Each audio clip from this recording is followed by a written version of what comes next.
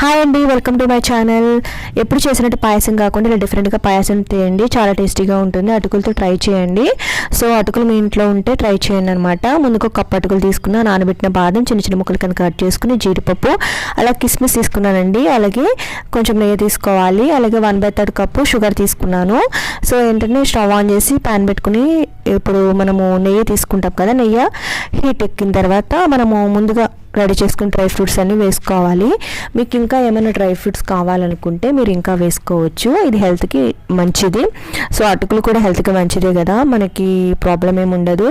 ఇలా అన్నీ వేసుకుని ఫ్రై చేసుకోవాలి. మనకి గ్యాస్ అనేది మీడియం ఆర్ లోలో పెట్టుకోండి, ఎందుకంటే మాడిపోకుండా ఉంటాయి అన్నమాట. సో మనకి ఫ్రై అయిపోయిన తర్వాత పక్కకు తీసుకోవాలండి. ఫ్రై ఇలాగా చూడండి, ఇలా అయ్యేసరికి ఫ్రై అయిపోయినాయి. మనం పక్కకు తీసుకోవాలి. పక్కకు తీసుకుని అదే బాణీలో మనకి అటుకులు వేసుకోవాలి. నేను 1 కప్పు అటుకులు తీసుకున్నాను. ఇవి ఫ్రై అయిందని ఎలా తెలుస్తుందంటే, మనం పట్టుకోగానే మనకి విరిగిపోతాయి అన్నమాట. అలా విరిగిపోతే అటుకులు ఫ్రై అయిపోయినట్టు తెలిసిపోతుందండి.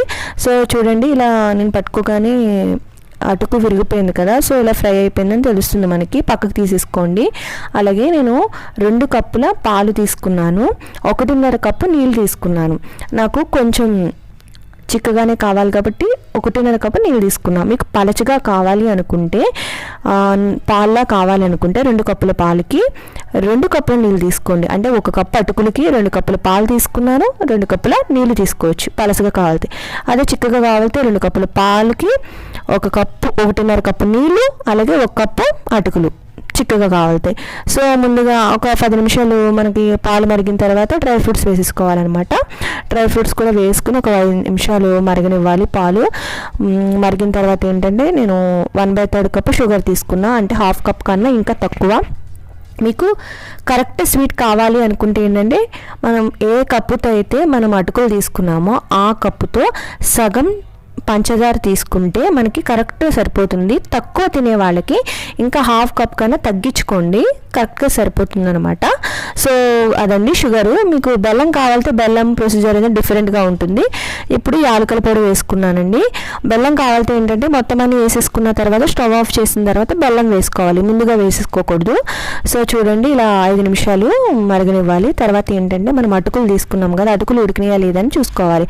చూడండి, ఇలా పట్టుకోగానే అటుకులు ఉడికిపోయినాయి. ఆల్రెడీ నేను ఫ్రై చేశాను కాబట్టి ఎక్కువసేపు ఉడకాల్సిన అవసరం లేదు. సో మనం పాయసం చేసినట్టే ఉంటుంది, ప్రొసీజర్ ఏమీ డిఫరెంట్గా ఉండదండి.